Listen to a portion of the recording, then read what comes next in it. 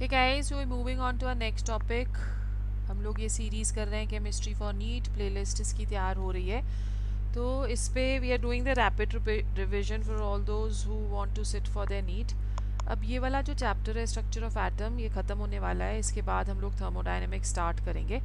तो ये थोड़े से चैप्टर्स क्रूशल चैप्टर्स हैं, क्योंकि इसमें बहुत सारे फॉर्मूले हैं, न्यूमेरिकल बेस्ड चैप्टर्स हैं। So we are taking a little time to do them slowly. और आप, आई होप यूर अंडरस्टैंडिंग, और आप शेयर कर रहे हो अपने फ्रेंड्स के साथ ये सारी की सारी videos. And we are moving on to structure of atom part 5, जिसपे हम लोग करेंगे Schrodinger wave equation, concept of orbital and quantum numbers.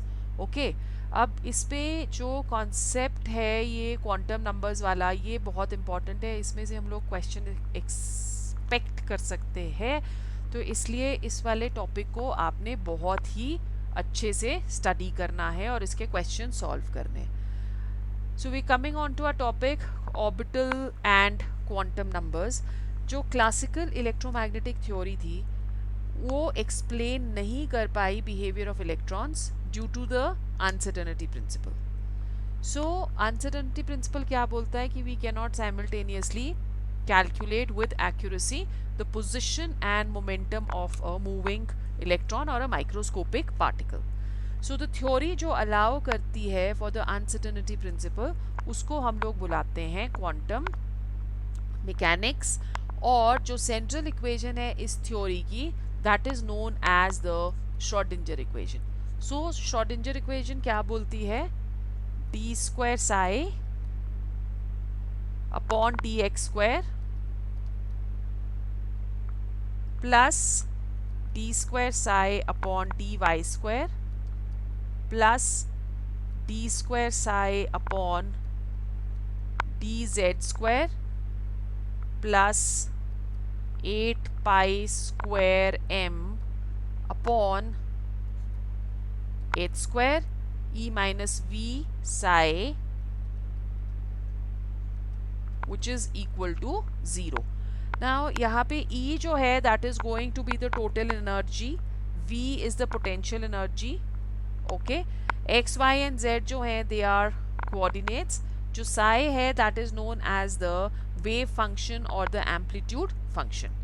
Now यहाँ पे हमारे पास जो आ जाता है important, वो ये है कि अगर हम लोग psi को ले रहे हैं as wave function, then psi square is the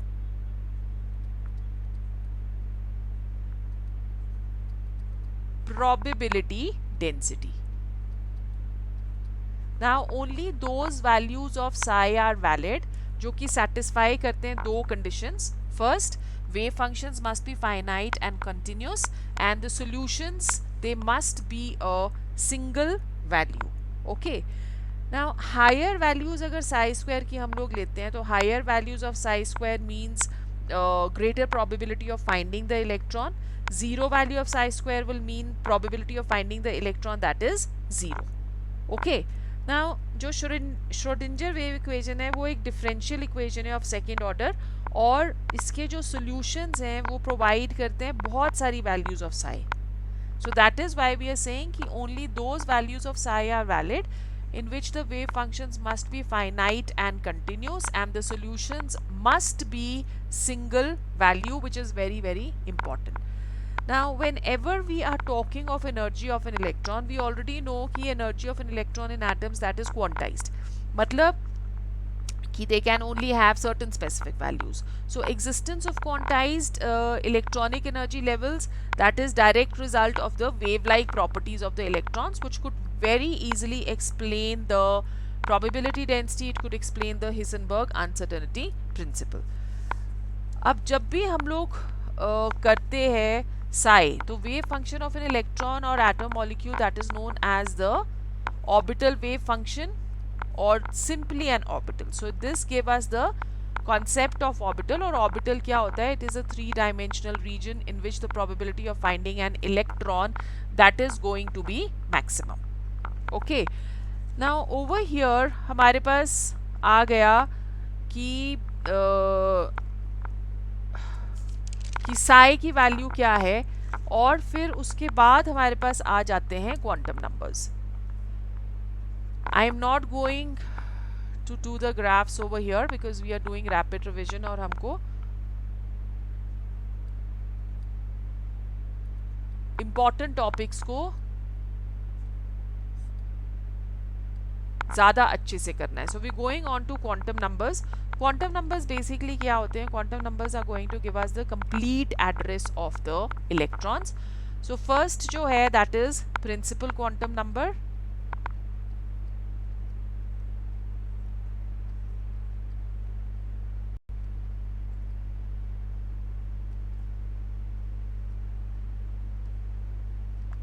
principal quantum number को हम लोग डिनोट करते हैं by n. This was given by Bohr. It is the main orbit in which the electron is present or the main shell. So for the value of n is equal to 1, the shell present is going to be k. N is equal to 2 is L, 3 is M, 4 is N and so on. N जो है वो major energy shell को represent करता है. अब value of n क्या signify करती है? वैल्यू ऑफ n सिग्निफाई करती है size and major energy shell of the atom. और एनर्जी आप कह सकते हो of any particular orbit. So it is going to be the size and the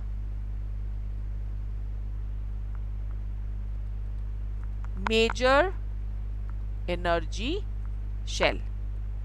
So if you remember, Bohr had given us a lot of relationships of energy.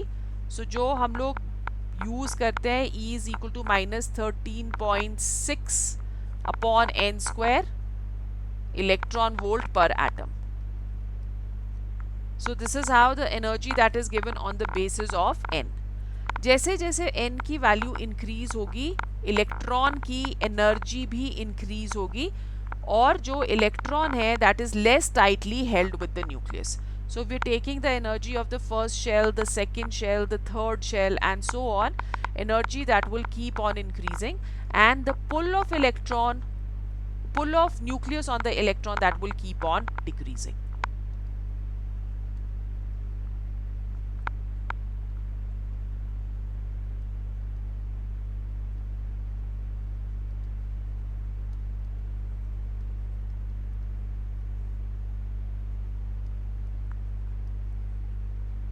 keeps on decreasing. तो अगर electron हमारा E1 में है तो वो सबसे ज़्यादा attracted रहता है टू द न्यूक्लियस, और जैसे जैसे वो न्यूक्लियस से दूर होता रहेगा फोर्स ऑफ अट्रैक्शन कम होता रहेगा, और एनर्जी जो है that will keep on increasing. As you can see over here, E is inversely proportional to n square, right? Second, we come to the azimuthal quantum number.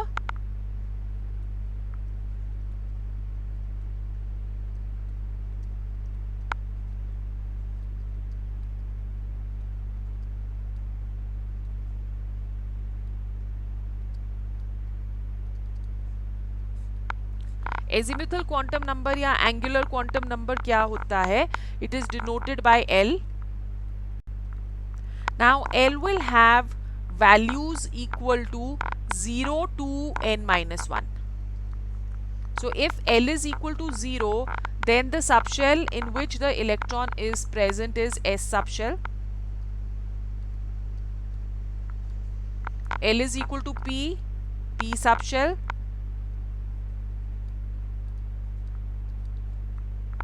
L is equal to D.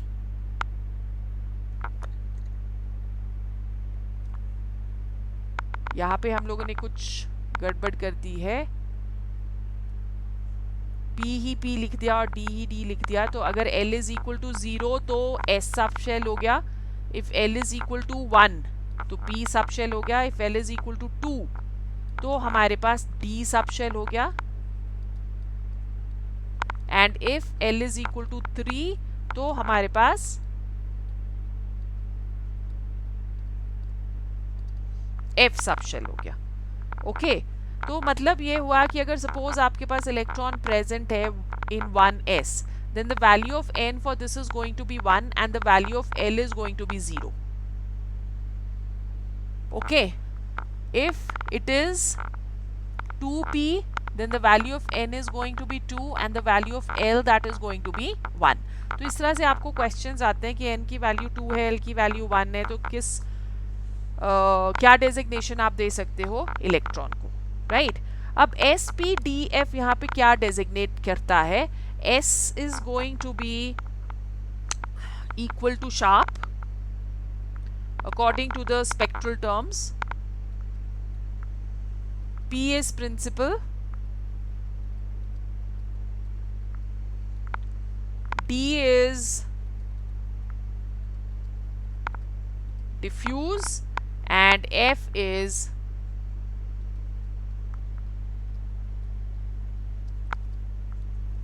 fundamental. As far as the shapes are concerned, so S is going to have a spherical shape, P is going to have a dumbbell shape, D is going to have a double dumbbell,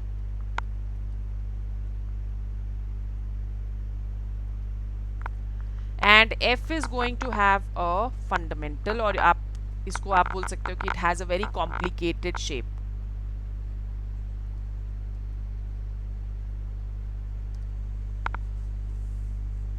Okay, so values of L क्या signify कर रहे हैं? Shape और energy level of subshells in the main energy shell में signify करते हैं L की values.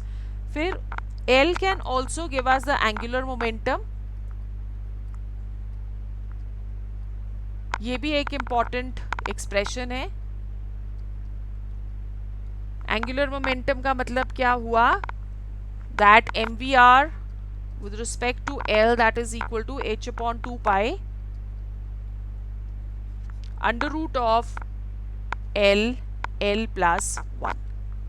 So angular momentum आप इस तरह से calculate कर सकते हो by putting the values of L.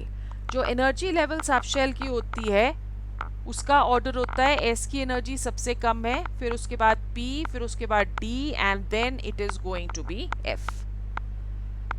Then we come to the magnetic quantum number.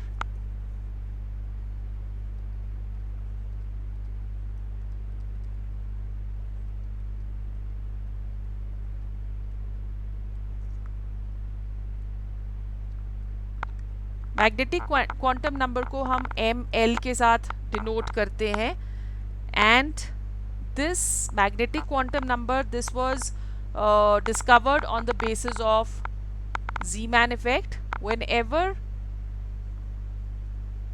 any atom that is put in the magnetic field, so there is going to be a splitting up of lines, further splitting up of lines, और जब हम उसको remove करते हैं magnetic field से तो वो lines भी disappear हो जाती हैं. तो जो Zeeman effect है, it proposed the concept of subshells.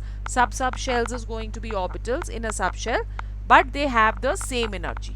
जैसे for example अगर हम लोग S कर रहे हैं तो S is going to have L is equal to 0, और ml की जो values होती हैं that is equal to minus L 0 plus L. इस तरह से ये रेंज करती है. तो अगर L की वैल्यू 0 है तो ml की वैल्यू भी 0 हो जाएगी. So it means that S has only one orbital. For P L is equal to 1, so the values of ml that is going to be minus 1 0 plus 1. so ये आपके पास how many orbitals are there? There are 3 orbitals, px, py and pz. Okay, पर ये तीनों जो orbitals हैं they are at the same energy level, therefore these are said to be degenerate orbitals.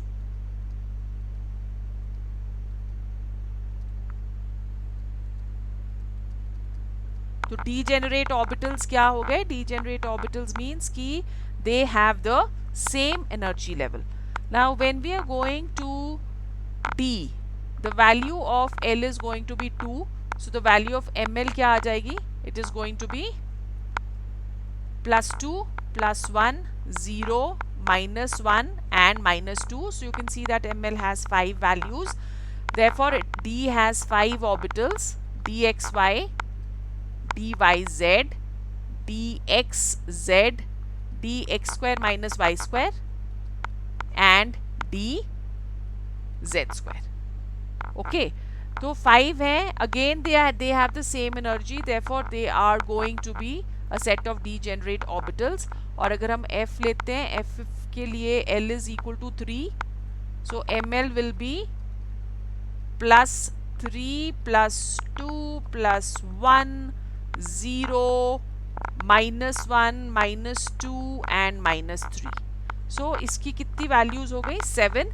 Therefore f is going to have how many orbitals? It will have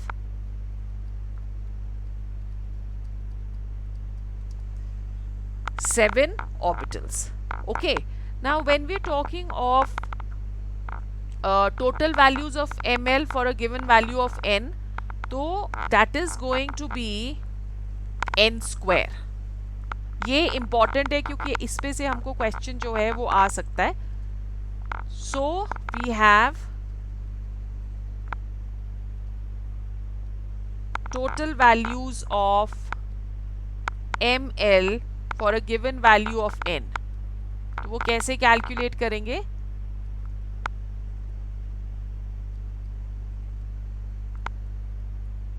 That is calculated as n square. और अगर हमको L की value दे रखी है, for L the value of ml that will be 2L + 1. So value of ml क्या signify करता है? It signifies the possible number of orientations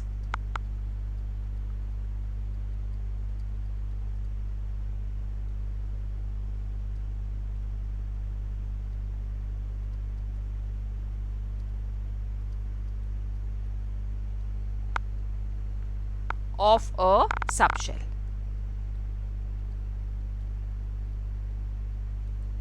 Then we come to our last quantum number, which is the spin quantum number.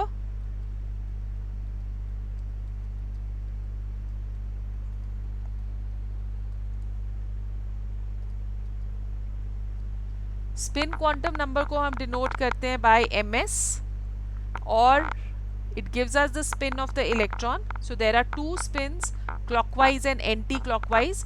For clockwise हम लोग देते हैं value +½ और for anti-clockwise हम लोग value देते हैं -½ अगर हमको angular momentum calculate करना है mvr, then that is equal to h/2 pi √ m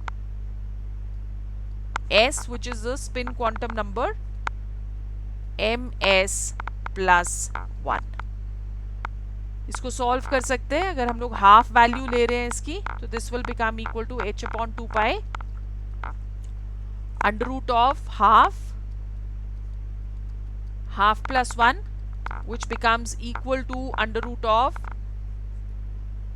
3/4 h/pi. So आज हम लोग इतना ही करेंगे. In our next we are going to go on to the electronic configuration and we finish this chapter.